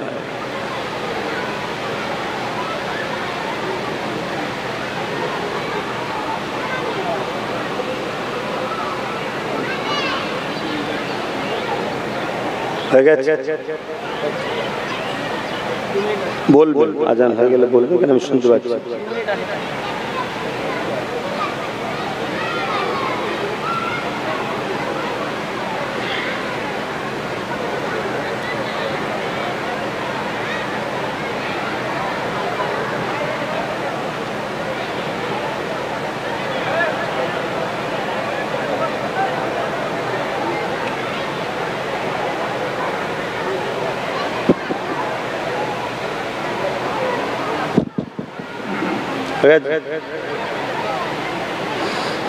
ভাইরা বাপেরা, আজ আমাদের হৃদয়ে নবী নেই বলে আজ আমাদের ছেলেরা মসজিদের উপর দরদ নাই।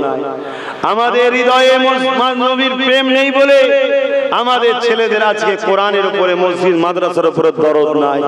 তাই আজ খেয়াল করে দেখুন, দুনিয়া জুড়ে মসজিদের উপরে জুলুম চলছে। কোন জায়গায় মসজিদে ঢুকে নামাজিদের ঘরে গুলি করে হত্যা করা হচ্ছে, কোন জায়গায় মসজিদে আগুন ধরিয়ে দেওয়া হচ্ছে, কোন জায়গায় কোরআনকে বেহুরমতি করা হচ্ছে, কোন জায়গাতে আমার মাদ্রাসাগুলোকে ভেঙে দেওয়া হচ্ছে। আর আমরা মুসলিম যুব সমাজ তাদেরই রহমত, তাদেরই দলদাস হয়ে রয়েছি। এর কারণ কি? আমাদের মধ্যে থেকে নবীর প্রেম আদবকে সরিয়ে দেওয়া হয়েছে। আজ যদি আমরা বুঝতাম নবীর প্রেম আদবের গুরুত্ব কতটা, তাহলে এই যে হাজারো মানুষ দেখছেন, এর থেকে আরো 3 গুণ মানুষ এখানে জমায়েত হতো। কেন? সব আমার হুজুরের কথা হবে, আমার নবীর কথা হবে। জোরে বলুন সুবহানাল্লাহ। বড় প্ল্যান করে বার করে দেওয়া হয়েছে। আপনারা জানেন কি আমি জানি না? আপনারা জানেন কি জানি না? ভুল আমায় বুঝবেন না। যেখানে মসজিদের ব্যাপার আসবে, কোরআনের ব্যাপার আসবে, মাদ্রাসার ব্যাপার আসবে, আল্লাহর ব্যাপার আসবে, নবীর ব্যাপার আসবে, সেখানে কথা মুখ খুলতে হবে না? হবে না? আওয়াজ দিয়ে বলুন, খুলতে হবে না? হবে না? যদি আল্লাহর বিরুদ্ধে, কোরআনের বিরুদ্ধে, দ্বীন ইসলামের বিরুদ্ধে আমার দেশের প্রধানমন্ত্রী ষড়যন্ত্র চালায়, আমার রাজ্যের সিএমজি ষড়যন্ত্র চালায়, তথাপি আমাদেরকে মুখ বন্ধ রাখলে হবে না। ওখানেও জবান খোলা দরকার আছে না নাই? জোরে বলেন, আছে না নাই? এটা তখনই সম্ভব হবে যখন আমাদের দিলে ঈমান থাকবে। মুসলমান হলে সম্ভব হয় না। কেন? আজকে হাজারো লক্ষ উলামা, হাজারো লাখ মুসলমান এদেরই তো চাপ চেটে, এদেরই দালালি করে এখনো বেড়াচ্ছে। আছে না নাই? জোরে বলেন, আছে না নাই? আজ আপনারা জানেন কি জানি না, কেন্দ্রের এক সরকার বসে রয়েছে, সে আজকে ওয়াকফ বিল পাস করতে চাইছে। শুনেছেন তো নাকি?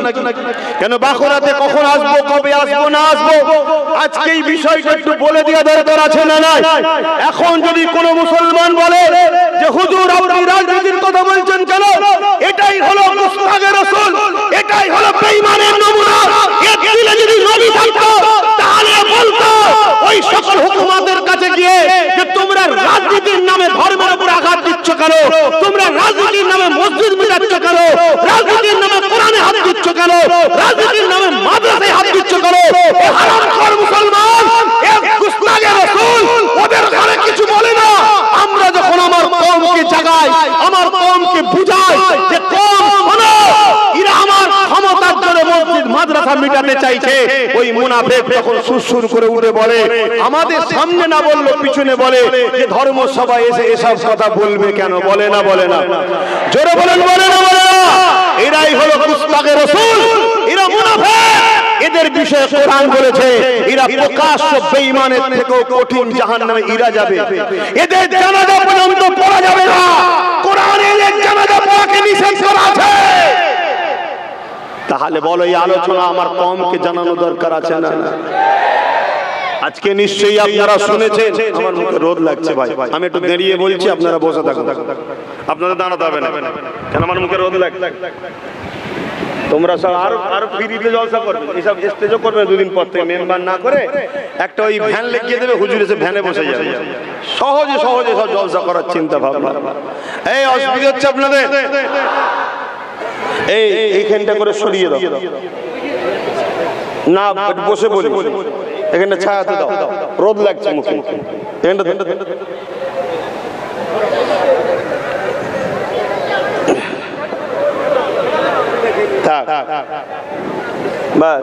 একটু ঘুরিয়ে দাও না, ওরা দেখতে পাবে। বা শোনেন, মন দিয়ে দাও, মন দিয়ে শোনেন। আজ মসজিদে আজান হচ্ছে, কাল আজান বন্ধ হয়ে যাবে। আজ মাদ্রাসা আছে, আবাল বন্ধ হয়ে যাবে। এই পরিকল্পনা চলছে। কারা করছে? কারা করছে? যারা ক্ষমতার আসনে বসে আছে, তারা ক্ষমতার জোরে আইন তৈরি করে করতে চাইছে, ঠিক তো নাকি? তা তুমি করতে এসেছো রাজনীতি, রাষ্ট্র সেবা, রাষ্ট্রবাসীর সেবা করো না। তুমি ক্ষমতার জোরে আমার মসজিদে হাত দিচ্ছ কেন? তুমি ক্ষমতার জোরে আমার মাদ্রাসা হাত দিচ্ছ কেন?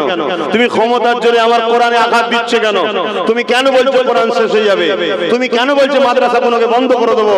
তুমি কেন এই কাজ করার চেষ্টা করছো? তাহলে বলো, আমাদেরকে কি তোমাদের বিরুদ্ধে সমাজ জাতিকে সজাগ করানো দরকার আছে না নাই? জাতিকে কেন সজাগ করব? কারণ আমার জাতি বড় নিরীহ, আমার জাতি বড় সরল প্রাণ, আমার জাতি তোমাদের ঘরে আপন মনে করে তোমাদের পিছনেই ঘুরে বেড়ায়, কিন্তু আমার জাতি তোমাদের পিছনে ঘুরে বেঈমান কাফের হয়ে জাহান্নামী হচ্ছে। কেন? যদি কেউ কোরআনকে মিটাবার চেষ্টা করে, হাদিসকে মিটাবার চেষ্টা করে, মাদ্রাসাকে মিটাবার চেষ্টা করে, দ্বীনকে মিটাবার চেষ্টা করে, তাদেরকে যদি জাতি সহযোগিতা করে, সঙ্গে সঙ্গে অন্যায় করা যেমন পাপ, অন্যায়কারীকে সাপোর্ট করাও তেমন পাপ। পাপের মধ্যে কোয়ালিটি আছে। সে যদি নিজের ভুল করে, সে পাপের আলাদা কোয়ালিটি। কেউ যদি ইসলামকে ক্ষতি করার মতো কাজ করতে যায়, তখন সে কাফের হয়ে যায়। আর কাফেরকে যে সহযোগিতা করে মসজিদ মাদ্রাসাকে মিটাতে চায়, তাকে সহযোগিতা করলে সেও বেঈমান হয়ে যায়। কথা শুনছেন না শোনেন না? আজ আপনারা নিশ্চয়ই জানেন, কেন্দ্রে এক সরকার বসে আছে, পুরো দেশটাকে তছনছ করে দিচ্ছে, করছে না করে না? একটার পর একটা দেশের সম্পদকে বিক্রি করে চলেছে। যা তারপরও ধর্মসভায় এসে ওই বিষয়ে আমরা কথা বলিনি, কোনোদিন বলতে চাইছি না। কিন্তু আজকের যে বিষয়, আজকে সে একটা বিল পাস করতে চাইছে, ওয়াকফ 2024 ওয়াকফ সংশোধনীয় বিল। সেই বিলের নামে আজকে সে কি করছে? মসজিদ, মাদ্রাসা, কবরস্থানগুলোকে সে নিজের দখলে নিতে চাইছে। আপনারা কি জানেন এর পিছনে মূল ষড়যন্ত্রটা কি? কেন নিতে চাইছে আপনারা জানেন? কথা বলে নিতে চাইছে জানেন? এখন আমি যদি সংক্ষেপে একটু বলি, আপনাদের শোনার মতো ধৈর্য বিশ্বাস আছে? হাত তুলে বলো, ধৈর্য বিশ্বাস আছে? আপনারা তাহলে মন দিয়ে শুনুন, ভালো করে জেনে রাখুন। আরে ওয়াকফের টাকা, ওয়াকফ বলতে কি? যেটা ওয়াকফে লিল্লাহ, ধনী লোকেরা আল্লাহর রাহে দান করেছে, মসজিদে দিয়েছে, মাদ্রাসায় দিয়েছে, কবরস্থানে দিয়েছে। অর্থাৎ এগুলো আল্লাহর রাহে দিলাম, মুসলমানদের ব্যক্তিগত সম্পদ। মুসলিম ধনীরা মুসলমানদের ঘরে দান করেছে, মুসলমানদের জন্য আল্লাহর রাহে দান করেছে। এই টাকা থেকে কি করা হবে? মসজিদ নির্মাণ, মাদ্রাসার উন্নতি, কবরস্থান উন্নতি এবং মুসলিম গরিব ছেলেদের পড়াশোনার বিকাশের জন্য খরচ করা হবে, যাতে করে আমাদের ছেলেরা পরে ডাক্তার হয়, উকিল হয়, জজ হয়, আইপিএস অফিসার হয়, ডব্লিউবিসি অফিসার হয়, বড় বড় শিক্ষিত ছেলেরা গড়ে ওঠে। এর জন্য কিন্তু পূর্বপুরুষরা, ধনী লোকেরা, মুসলিম ধনীরা এই সম্পদকে আল্লাহর রাহে উৎসর্গ করেছিল। সেই সম্পদ বাড়তে বাড়তে বাড়তে বাড়তে বিশাল অর্থের একটা টাকা, যাই হোক, সম্পদ তৈরি হয়েছে। কিন্তু এই সম্পদকে দীর্ঘ 77 বছর ধরে যে কোনো হুকুমত এসেছে, সবাই কিন্তু লুটে পুটে খেয়েছে। সবাই মুসলিম গরিব ছেলেদের পড়ার জন্য দেয়নি, তাদের পিছনে খরচ করেনি। হাজার হাজার মসজিদ বিরান হয়ে শেষ হয়েছে, উন্নতি না করার পিছনে খরচ না করার জন্য। ওই টাকা থাকার পরও খরচ করেন। আপনারা শুনছেন, নামাজের দিকে সময় যাচ্ছে তাই তাড়াহুড়ো বলছি। এই টাকা কিন্তু সবাই লুটে পুটে খেয়েছে। সবাই কি করে খেয়েছে? লুটে পুটে খেয়েছে। বলুন সবাই কি করেছে? আওয়াজ দিয়ে বলুন সবাই কি করেছে? তাহলে সবাই ওয়াকফের টাকা চুরি করেছে, সবকটা চোর। শুনছেন না শোনেন না? সবাই আমাদের সম্পদ মেরে খেয়েছে, সবাই আমাদের গরিব ছেলেদের ভবিষ্যৎকে নষ্ট করেছে, সবাই মসজিদের টাকা খেয়েছে, মাদ্রাসার টাকা খেয়েছে, কবরস্থানের টাকা খেয়েছে। এটা বুক ফুলিয়ে বলতে পারবেন না? পারবেন না? জোরে বলুন, পারবেন না? পারবেন না? কিন্তু আজকে সবাই যখন খাচ্ছিল, ওরা কিন্তু কেউ বিল তৈরি করে খায়নি। এই শুনছেন না শোনেন? বিল তৈরি করে, শুনছো? রেখে দাও। সবাই বিল তৈরি না করে, বিল কেউ করেনি, অবৈধভাবে খেয়েছে, বিনা বিলে খেয়েছে। কথা মাথায় ঢুকছে? কিন্তু আজকে কেন্দ্রের সরকার হঠাৎ করে বিল করতে চাইছে কেন? একটা প্রশ্ন তো। ইও তো দীর্ঘ বিগত দিন খাচ্ছে, ইও তো বিগত দিন বিল ছাড়া খেয়ে আসছে, ইও খাচ্ছে, খায়নি নয়, সব কটা খায়। আর এর জন্য দোষী ওদের থেকে বেশি কারা? জোরে বলে কারা? জোরে বলে কারা?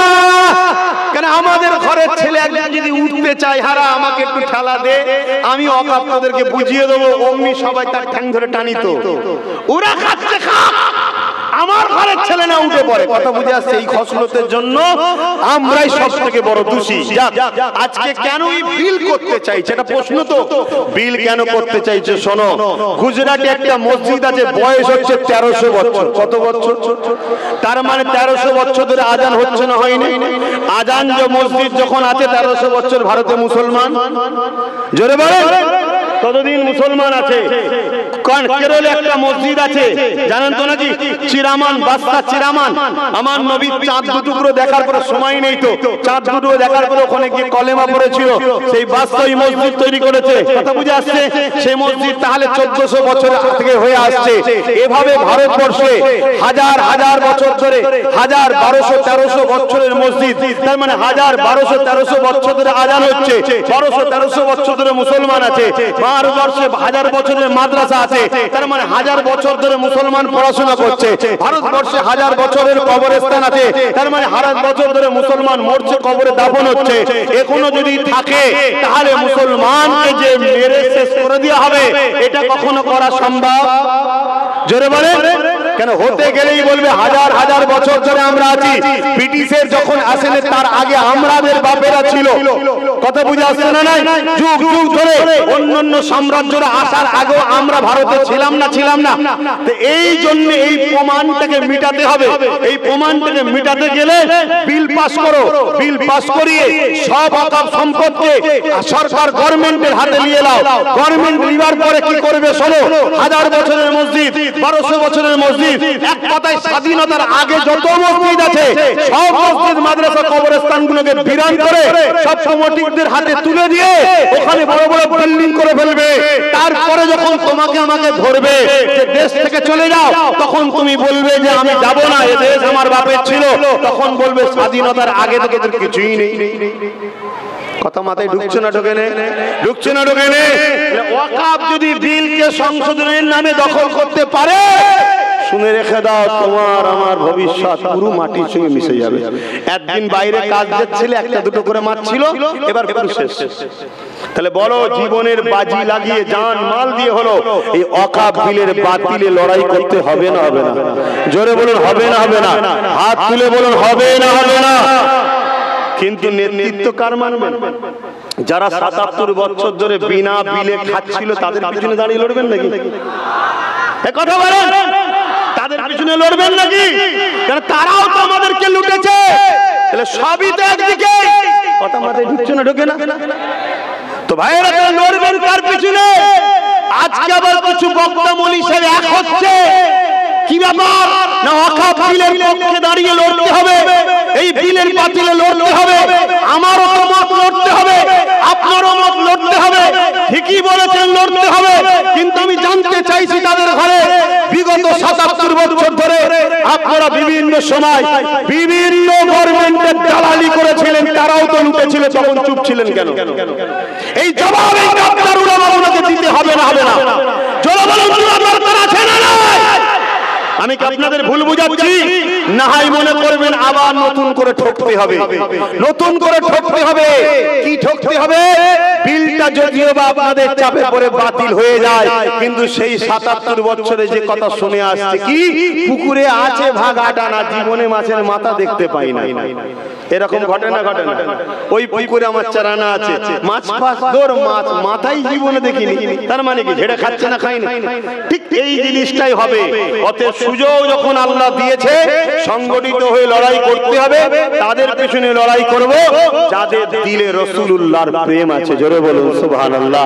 কেন সবাই গাদ্দার হতে পারে, নবীর প্রেমিক কখনো গাদ্দার হতে পারে না। কেন মুস্তাফার গোলাম মানে কখনো গাদ্দার নয়। জোরে বলুন সুবহানাল্লাহ।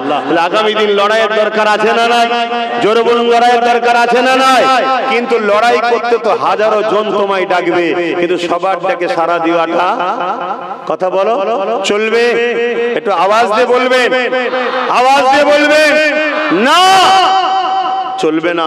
তাদের ডাকে সাড়া দেবো যারা বিগত দিন কোনদিন দালালিও করেনি কারো, আর নবীর প্রেমিক যারা, তাদের পিছনে লড়বো। জোরে বলুন সুবহানাল্লাহ। একটা শেষ কথা জিজ্ঞেস করব, যা কিছু আলোচনা করলাম এই বিচখানে 2-5 মিনিট 10 মিনিট অকাবলে বললাম, কারো মনে কষ্ট হলো? এটাকে রাজনীতি হয়ে গেল। যদি কারো মনে হয় রাজনীতি হয়ে গেল, তো রাজনীতি ইসলামে আছে না নাই? এটা ইসলামের মঞ্চ না অন্য কিছু? তাহলে ইসলামের কথাই বলেছি, অসুবিধা কি হয়েছে? ঠান্ডা মাথায় ঢোকো, মুনাফিক চেনো, মুনাফিক চেনো, মুনাফিক চেনো, বারবার বলছি মুনাফিক চেনো, মুনাফিক চেনো, মুনাফিক চেনো। যদি মুনাফিক চিনতে না পারো, তোমরা সবাই এক হও, এক হও, এক হও হয়েও জিততে পারবে না। আর মুনাফিক যদি চেনো, তোমার সংখ্যা যাই থাকো, জিতাবার মালিককে, জিতাবার মালিককে। মানুষ তো শুধুমাত্র ওসিলা, ফাইসাল্লাহ আল্লাহর পক্ষ থেকে হয়। জোরে বলুন সুবহানাল্লাহ। আমি একটা শেষ কথা বলবো, এই ওয়াকাফ বলার আগ পর্যন্ত যতটুকু যা বলেছি, যতটুকু যা বলি, আপনারা জানেন চুচুড়ে একটা মসজিদ বন্ধ করে দিয়েছিল, অনেক আন্দোলন হয়েছে, কেউ খুলতে পারেনি। আল্লাহ শুকর, এই গুনাহগারের ওসিলায় আল্লাহ খুলে দিয়েছেন। জোরে বলুন সুবহানাল্লাহ। তো আমি জানতে চাই যে এতক্ষণ যা আলোচনা করলাম, আমার কথাতে, ভাষাতে, ব্যবহারে আমার কি মনে হচ্ছে, আমি আপনাদের ঘরে নবীর থেকে সরাতে চাইছি না জুড়তে চাইছি? এটা আওয়াজ দিয়ে বলবেন। কারা কারা বলছেন যে আপনি নবীর গোলামি করছেন, নবীর পক্ষে আমাদেরকে জুড়তে চাইছেন? আল্লাহকে সাক্ষী রেখে বলুন যে আল্লাহ আব্বাস সিদ্দিক আমাদের ঘরে নবীর সঙ্গে জুড়তে চাইছে। হাত সত্য তো? এই হাত সত্য? নবীর পক্ষে জুড়তে চাইছি, হাত তুলে রাখবেন। আল্লাহ এতগুলো বান্দা সাক্ষী দিচ্ছে, ছোট ছোট বাবুগুলো সাক্ষী দিচ্ছে, আমি আপনার হাবিবের সঙ্গে এদেরকে জুড়তে চাইছি। আল্লাহ আমার এই গোলামিকে আপনি কবুল করে নেন। বলুন আমিন। আরো জোরে বলুন আল্লাহুম্মা আমিন। আমিও দোয়া করি আল্লাহ যেন আপনাদের ঘরে নবীর গোলাম হিসেবে খাতায় নাম লিখে লাই। জোরে বলুন সুবহানাল্লাহ। জান্নাত বানিয়েছেন কে? জান্নাত বানিয়েছেন কে? কাদের জন্য বানিয়েছেন? না, রাসূলুল্লাহর গোলামদের জন্য। জোরে বলুন সুবহানাল্লাহ। এটা মাথায় রাখবেন, রাসূলুল্লাহর গোলামদের জন্য, যাকে বাংলা ভাষায় আমরা বলি ঈমানদার। জোরে বলুন সুবহানাল্লাহ। ঈমান আছে, আমল আছে, তার জান্নাতের কোয়ালিটি আছে। সে অনেক ভিআইপি জায়গায় থাকবে। জান্নাতের মধ্যে সব এক নাকি? না, গ্রুপ আছে, A group, B group, C group, quality আছে। যেমন আমাদের সমাজে 5 স্টার, 7 স্টার, 6 আছে না? বুঝাবার জন্য বলছি, জান্নাতেও ভাগ আছে। খাজা হুজুর জান্নাতে যাবে, ইনশাআল্লাহ আমিও যাব। এক নাকি? এই আমি ইনশাআল্লাহ যাব বলেছি, আপনাদের কষ্ট হলো? তো আমি আল্লাহর রহমতের উপরে ভরসা বেশি করি গজবের থেকে। আল্লাহর রহমত বড় না গজব বড়? তাহলে রহমত যখন বড়, আমরা জান্নাতের আশা করবো। জোরে বলুন সুবহানাল্লাহ। তা আপনারা জান্নাত যাওয়ার আশা রাখেন না? তাহলে আপনারা আশা করলে ফতোয়া হয় না, আমি আশা করলে ফতোয়া হচ্ছে। ইনশাআল্লাহ আল্লাহ চাই আমিও জান্নাতে যাব, ইনশাআল্লাহ আল্লাহ চাই আমিও জান্নাতে, ইনশাআল্লাহ আল্লাহ চাই আমিও জান্নাতে যাব। বলুন ইনশাআল্লাহ আপনারাও আল্লাহ জান্নাত করবেন না? আমিন। কিন্তু খাজা হুজুর জান্নাতে যাবে, আমার মুজাদ্দিদ জামান জান্নাতে যাবে, আর আমরাও ইনশাআল্লাহ আল্লাহ চাই যাব। এক জায়গায় হবে নাকি? কোয়ালিটি কি এক হবে? হ্যাঁ, দেখা সাক্ষাৎ হবে, কিন্তু ক্যাটাগরি ভাগ থাকবে। কেন? তারা ঈমানদার যেমন আমলে সাগর তৈরি করেছে। জোরে বলুন সুবহানাল্লাহ। আমাদের ঈমান যেন মজবুত থাকে, আমলে যদি কিছু ঘাটতি হয় আল্লাহ মাফ করে দেবেন। তাহলে ওয়াকাফ আল্লাহর জন্য, মসজিদ আল্লাহ, মাদ্রাসা নবীর ঘর, কিন্তু ওটাও তো আল্লাহরই। কবরস্থান ইসলামের, অবশ্যই ইসলামের মানে তো সবই তো আল্লাহ নাকি? তাহলে সেই জায়গায় এর জন্য আমাদেরকে সংগঠিত করতে হবে না? হবে না? জোরে বলুন। আজকে কোন ক্ষমতাশালী ক্ষমতার জোরে সরকারি মাদ্রাসা কোন যদি কোরআন পড়া বন্ধ করে দেয়, তাকে সাপোর্ট করা হালাল হবে না হারাম হবে? এই জোরে বলেন। তার বিরুদ্ধে লড়াই না করলে ঈমান থাকবে? কথা বলেন, কথা বলেন, কথা বলেন, কথা বলেন, কথা বলেন। ও বাবা, কিছু দেখছি আবার ওর বিরুদ্ধে লড়বে।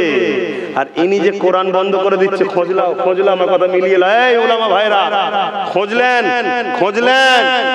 মাদ্রাসা থেকে, সরকারি মাদ্রাসা থেকে তাফসীর তুলে দিচ্ছে, শুনছেন তো নাকি? কোরআন শিক্ষাকে তুলে দিচ্ছে।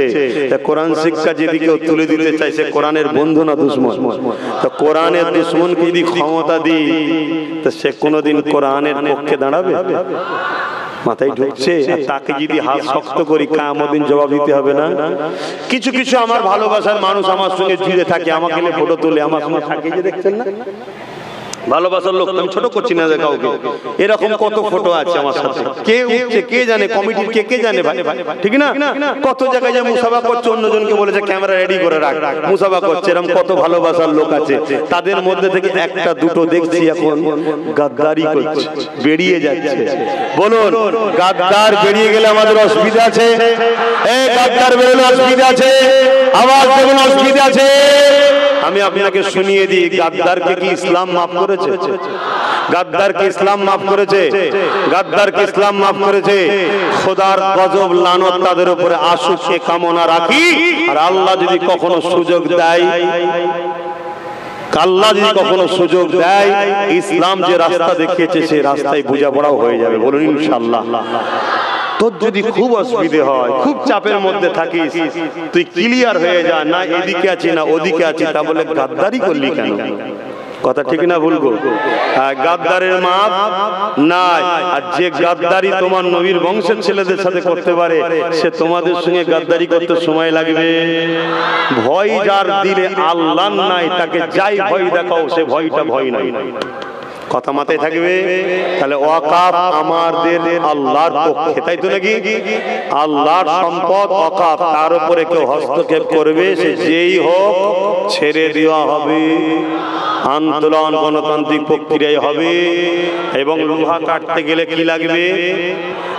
তাহলে আগামী দিন ওয়াকাফকে বাঁচাতে গেলে যারা বিল তৈরি করে ওয়াকাফ মিটাতে চাইছে, আমাদের লোক তৈরি করতে হবে ওখানে বিল ছিঁড়ার জন্য। কথা বুঝছেন না? বোঝেন না? মাথায় থাকবে। বিছখানে মুনাফিক এসে কি বলবে? এরকম করিসনি, এই হয়ে যাবে, ওই হয়ে যাবে। কোনো গাদ্দারের কথা শুনবেন না। একটাই কথা, বাঁচাবার মালিক আল্লাহ, মারার মালিক আল্লাহ, ইজ্জত দিবার মালিক আল্লাহ, বেইজ্জতি করার মালিক আল্লাহ। যদি তুমি হকের পক্ষে থাকো, পুরো পৃথিবীর দুশমনের বিছখানো আল্লাহ তোমাকে বাঁচাবার জন্য যথেষ্ট। জোরে বলুন সুবহানাল্লাহ। আরো জোরে বলুন সুবহানাল্লাহ। কি পারে না পারে না আল্লাহ? তুমি হকের পক্ষে থাকবে। আর কথা নয়, সালাম দেবো, দোয়া করবো, ইয়া নবী সালাম।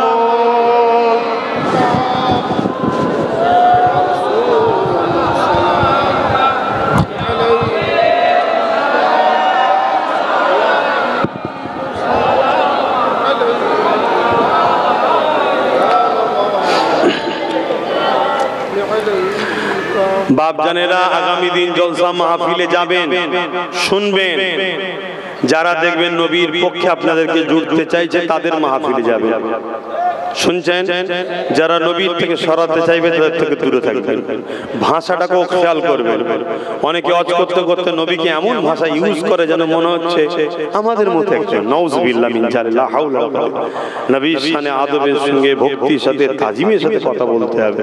জানেন তো নাকি? আমি তো এখন আর সময় নেই। আবার যদি কখনো পুলিশের কোনো জায়গায় আসি, খবর পেলে যাবেন, ওখানে বাকিটা আলোচনা করব। বলুন ইনশাআল্লাহ। ইনশাআল্লাহ আগামী দিন যদি কোনোদিন ফুরফুরা শরীফে এই ওয়াকাফকে নিয়ে বা কলিকাতায় ওয়াকাফকে নিয়ে, আপনারা তো বলেছেন আমি নবীর পক্ষে আপনাদেরকে জুড়তে চাইছি, ক্ষতি করবো মনে হচ্ছে? যদি ডাকি, খবর পেলে যাবেন। আল্লাহকে সাক্ষী রেখে বলছেন, হাত তুলে বলুন আলহামদুলিল্লাহ। যদি বাঁকুড়া জেলারই কোনো জায়গায় ডাকি, যাবেন না? কাজ কাম তো রয়েছে, ব্যস্ত থাকবেন। বলো, কাজ কাম, জান মাল আগে না আল্লাহ ও রসুল আগে? যদি তুমি না অস্তিত্ব বাঁচাতে পারো, তুমি এখানকার নাগরিক, তোমার এই ঐতিহ্য, 13 বছরের মসজিদ, 12 বছরের মসজিদ, 13 বছর 12 বছরের মাদ্রাসায় তো তোমায় প্রমাণ দিচ্ছে তুমি এখানকার। যদি ওগুলো মিটে যায়, দিয়ে প্রমাণ করতে পারবে কি হচ্ছে? বুঝতে পারছো? আর এর পিছনে আমাদের কিন্তু সব থেকে দোষ। এটা আজ থেকে কি ষড়যন্ত্র চলছে? আস্তে আস্তে আস্তে আস্তে করে চলছে, ঠিক না? আর এর পিছনে সব থেকে বড় আসামি হলো একদল নামধারী বক্তা মলি সাহেব। খারাপ লিখছেন। হতভাগা আকবরকে নাম শুনেছেন? মুগলে আজম ছিল না? অনেক টাকা খরচ করে আলেম মুফতি মাওলানা পুষেছিল, জানেন কেন? হতভাগা আকবর ভুল করবে, আর এই মুফতি মাওলানা গুলো মুসলমানের কাছে যে বলবে, আরে আকবর ঠিক করেছে, কোনো অসুবিধা নেই, এই দেখো কোরআনের আয়াত অনুযায়ী, এই দেখো এই হাদিসের আয়াত অনুযায়ী। আম মানুষ আরবি বোঝে, ও সব লিখে খেটিয়ে দিয়ে বলতে আকবর ঠিক করেছে। এর জন্য আকবর পয়সা দিয়ে ইমাম মলি সাহেব কিনে রেখেছিল। এই জানেন না? জানেন না? আজও এরকম চলছে না? চলে না? কথা কিছু বুঝছেন? তাই ওলামা ভাইদের বলবো, ইমাম হাফেজ আলেম ওলামাদের বলবো, আপনাদেরও অস্তিত্ব মিটে যাবে। মসজিদ যদি চলে যায়, যাবেন কোথা? মাসায় চলে যায়, যাবেন কোথা? আজকে হয়তো আপনাদের ঘরে নিয়ে, আমাকে নিয়ে বুঝাবার জন্য বলছে এগুলোকে শেষ করবে। এরা যখন শেষ হয়ে যাবে, তখন আমাকে শেষ করতে সময় লাগবে? এরা আছে বলে তো আমি আছি, নাকি? এই আব্বাস সিদ্দিকীর সঙ্গে কথা বলিসনি? ওর পিছনে লাখ লাখ যুবক আছে, তাই তো নাকি? আজ এই লাখটা না থাকে, আমি মাথায় ঢুকছে না ঢোকে না। তাই ওলামা ভাইদের বলবো, ইংরেজদের জীবনী পর ইতিহাস পড়ো। ভারতবর্ষে ইংরেজরা আলেমদের ঘরে এত মার মেরে দিয়েছিল, লাস্টে কোন গ্রামে যে জানাজা পড়াবে এমন লোক ছিল না। সাধারণ লোকের দাঁড়িয়ে দেখেছে তাকেও মলি সাহেব মনে করে জবাই করে দিয়েছে। আবার সেদিন আসছে। তাই ওলামা ভাইদের বলবো, যা হবার হয়ে গেছে, যা হবার হয়ে গেছে। ইদল উদল সিদল এর দালালি করে লাভ নেই। এই কমকে বাঁচাবার জন্য নিজেরা সংগঠিত হও, নিজেরা সংগঠিত হও, নিজেরা সামনে নেতৃত্ব দাও, নিজেরা পাওয়ারে বসো। তোমাদের জন্য কোন কেউ প্রচার যদি না করতে আসে, আমি প্রচার করতে আসবো, তোমরা আসো। কিন্তু সব বাইর হয়ে চিল্লে লাস্টে ধরে নিয়ে যে এর ঝুলিতে দিচ্ছে, ওর ঝুলিতে দিচ্ছে, ওর কি দালালি করা। তুমি নেতা হও, তোমার হয়ে প্রচার করতে আমি আসবো কেন? তুমি ওরাসাতুল আম্বিয়া, তুমি নবীর ওয়ারিস। কথা কিছু বুঝছেন না, বোঝেন না? আমার কথা কি কষ্ট দিচ্ছে আপনাদের? কিন্তু এর পিছনে ওর পিছনে করে করে করে করে আজকে কি করতে চলেছি, আইন যদি করে ফেলে পুরো অস্তিত্ব মিটে যাবে। আপনি ভাবছেন হয় কখনো? আপনি স্পেনের ইতিহাস পড়েন না? স্পেনে 750 বছর মুসলমানের রাজত্ব ছিল। আজকে জান না স্পেন একটা মসজিদ মাদ্রাসা মুসলমান আজকে দেখেন তো, দেখেন একটাও নেই। বড় বড় সব অফিস আদালত কারখানা ফ্যাক্টরি সব ভাই মসজিদ নেই মাসা ছিল, সব ওইভাবে শেষ করে দিয়ে সেগুলোকে সব অন্যদিকে চলে গেছে। তাহলে কি হবে? বোঝার চেষ্টা করেন। আপনারা কি ভয় খেয়ে যাচ্ছেন এসব শুনে? ভয় করছেন না? আমাদের আল্লাহ আছে না নাই? আমাদের নূর নবীর দোয়া আছে না নাই? শুধু আমরা লাইনটা অন্য জায়গায় জুড়ে রেখেছি, ওখান থেকে প্লাগটা গুঁজে নিয়ে আল্লাহর নবীর পক্ষে, ওলিদের পক্ষে, আল্লাহর পক্ষে যেসব আলেম ওলামা আছে তাদের সঙ্গে জুড়ে দাও। কথা মাথায় ঢুকছে? তাদের সঙ্গে শুধু জুড়ে দাও, দেখবে তোমাদের আল্লাহ ইমানি এত পাওয়ার দিয়ে দেবে তোমরা ভাবতে পারবে না। তোমাদের যারা নতুন করে আবার একবার ইসলামের রনক আল্লাহ করিয়ে নেবে। জোরে বলুন সুবহানাল্লাহ, আরো জোরে বলুন সুবহানাল্লাহ। আসেন সালাম পড়বো ইয়া নবী সালাম ইয়া রাসূল সালাম ইয়া হাবিব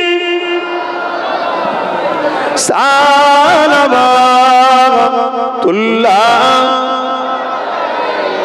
কঠিন হাসরের দিনে কি আছে মোদের কপালে,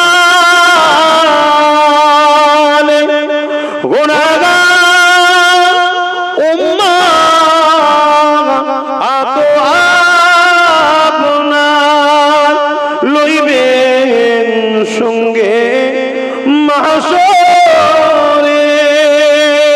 নবী সালাম ইয়া রাসূল সালাম ইয়া হাবিব সালামাতুল্লাহ। এই দাঁড়িয়ে থেকে একটা কথা বলে নি, এই যে দাঁড়িয়ে সালাম দিচ্ছে এর সমালোচনা আছে না? যদি কেউ বসে সালাম দেয় তার সাথে ঝগড়া করবেন না, তার বিরুদ্ধে ফতোয়া দেবেন না, কেন এটা প্রেম ও আদবের ব্যাপার। যদি কেউ দাঁড়িয়ে দেয় তারও বিরুদ্ধে ফতোয়া মসলা দেবেন না, এটা আদব ও প্রেমের ব্যাপার, যার প্রেম যতটুকু। কিন্তু যে বসে আছে তার বিরুদ্ধে আমাদের কোনো ফতোয়া নাই। কিন্তু কেউ যদি আমাদের বিরোধী করে জানানো যাবে না, জানবে মুনাফিক। জানবেন কি মুনাফিক? মানে গুস্তাখে রাসূল, নবীকে আদব করছি, প্রেম করছি, ওর কষ্ট হচ্ছে। কথা মাথায় ঢুকবে? বসে দিতে পারে, তার প্রেম তার কাছে, কেন আমি সমালোচনা করতে যাব? এইটুকু মাথায় রাখবেন। আসুন শেষ কথা বলি। কলকাতায় একটা প্রোগ্রাম করেছিলাম না আমি 2019 31 জানুয়ারি, জানেন তো আপনারা? অনেকে গিয়েছিলেন, মনে হচ্ছে পুনিশল থেকে অনেক মানুষ গিয়েছিলেন। কথা বোঝা আসছে? লাস্টে তো জায়গায় কম পড়ে গিয়েছিল। তো যাক, আমি বলতে চাই যেটা সেদিনও অকাপলে আমি আন্দোলন করেছিলাম না, করিনি কেন? দেখো আল্লাহ জানিয়েছিল অনেক কিছু কথা, যা বলিছে আজ সব ঘটছে না, ঘটেনি। আল্লাহ বলার ক্ষমতা দিয়েছে।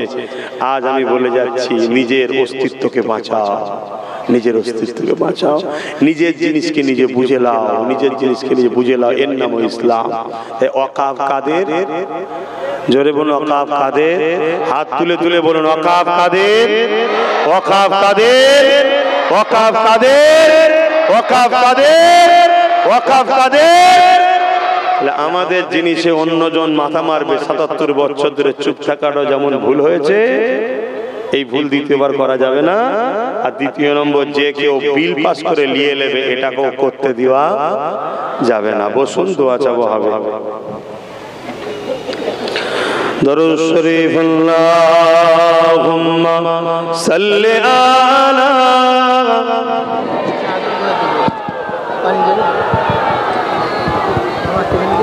হ্যাঁ এই করে লো। মসজিদ 2 মিনিট পরে ভাই মসজিদ পেয়ে যাবে।